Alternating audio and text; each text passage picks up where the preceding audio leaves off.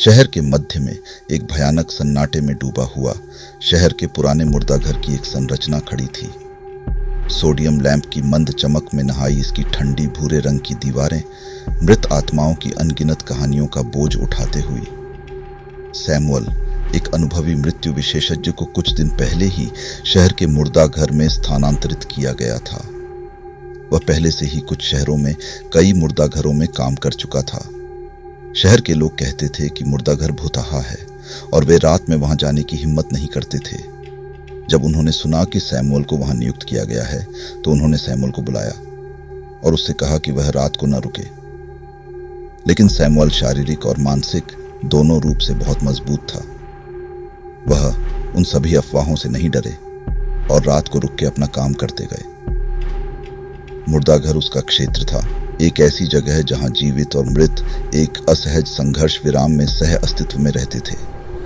एक तूफानी रात में जब सैमुअल अपना खाना खा रहा था तो मुर्दाघर में एक अजीब सी ठंडक फैल गई। हवा भारी हो गई और सैमुअल पर एक अकथनीय बेचैनी का एहसास होने लगा। उन्होंने मुर्दाघर के भयानक माहौल और बाहर तेज हवा को इसका कारण बताते हुए इसे नजरअंदाज कर दिया।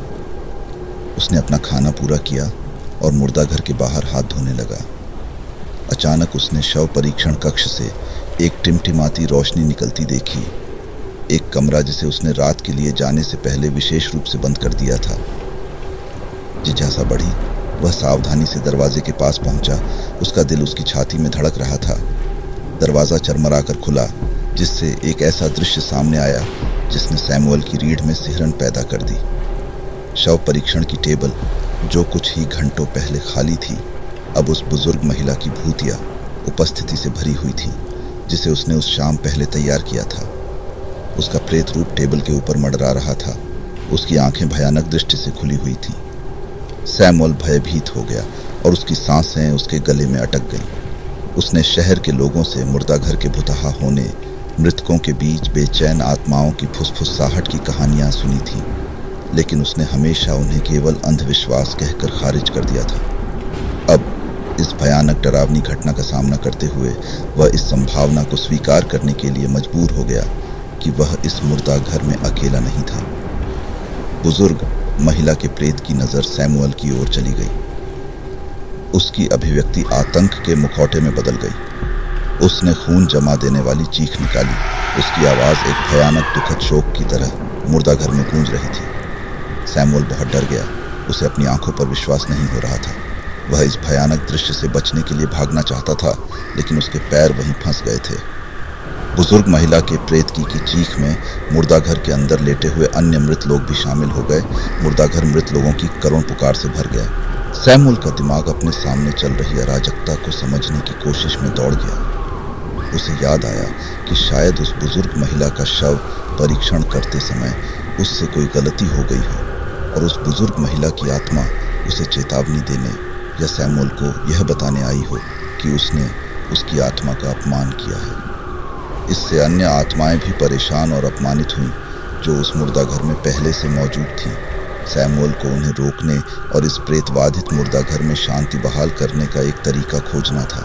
अचानक उसे एक तरकीब याद आई जो उसने कुछ साल पहले एक भूत अन्वेषक से सीखी थी जिसके साथ उसने काम किया था।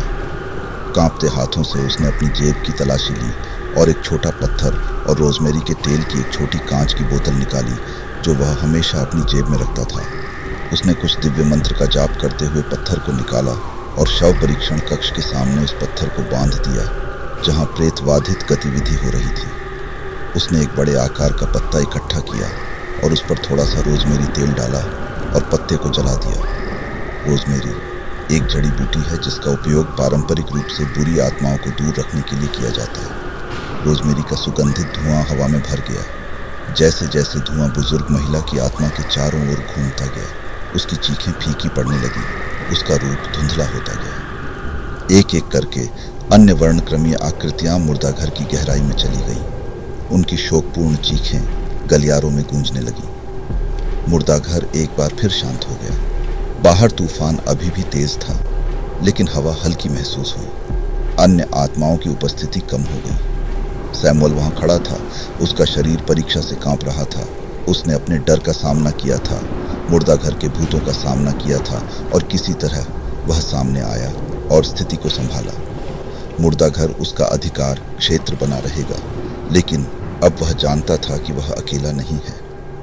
उन्होंने इसे मृतकों की आत्माओं के साथ साझा किया और उनकी उपस्थिति के लिए उनके मन में एक नया सम्मान पैदा हुआ।